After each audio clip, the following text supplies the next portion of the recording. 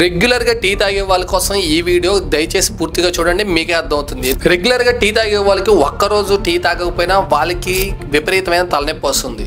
దాన్ని తగ్గించడానికి కోసమైనా సరే వాళ్ళు టీ తాగుతారు. అయితే ఆ హెడేక్ ఎందుకు వస్తుందో తెలుసా?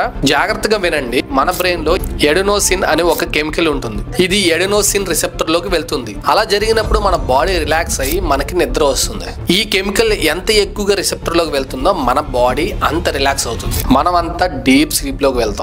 అయితే మనం తాగే టీ ఆర్ కాఫీలో కెఫెన్ అనే ఒక కెమికల్ ఉంటుంది. అది ఎడినోసిన్ కెమికల్ ని పక్కకు నెట్టి రిసెప్టర్ లోకి ఎంటర్ కానివ్వదు. మీరు గమనించండి, టీ తాగినప్పుడు మన బాడీ యాక్టివేట్ అయ్యి మన బాడీకి వచ్చి నిద్ర కూడా పోతుంది. కానీ మన బ్రెయిన్ కి తెలుసు మన బాడీ ఎట్టి పరిస్థితుల్లో రెస్ట్ తీసుకోవాలని. అందుకే మన బ్రెయిన్ ఎక్కువగా ఎడినోసిన్ రిసెప్టర్స్ ని రిలీజ్ చేస్తూ ఉంటుంది. కానీ మనం టీ ఎక్కువగా తాగడం వల్ల ఆ కెఫెన్ వాటిని కూడా ఆక్యుపై చేసేస్తుంది. ఇప్పుడు మీ బాడీలో ఎడినోసిన్ రిసెప్టర్స్ చాలా ఎక్కువగా ఉంటాయి. వాటిలోకి ఎడినోసిన్ కెమికల్ వెళ్లకుండా మీ బాడీలోని కెఫెన్ ఆపుతుంది. ఎప్పుడైతే మీరు టీ ఆర్ కాఫీ తాగడం మానేస్తారో అప్పుడు మీ బాడీలో కెఫెన్ రాదు, కాబట్టి ఒక్కసారిగా ఎడినోసిన్ రిసెప్టర్స్ లోకి ఎంటర్ అవుతాయి. దాంతో మీకు విపరీతమైన హెడేక్ వస్తుంది. కొన్నిసార్లు కళ్ళు తిరిగి పడిపోయే ప్రమాదం కూడా వస్తుంది. అలా పడిపోయి డీప్ స్లీప్ లోకి వెళ్ళిపోతారు. మీలో ఎంతమంది కొత్తగా ఈ విషయం తెలుసుకున్నారో కామెంట్ లో తెలియజేయండి.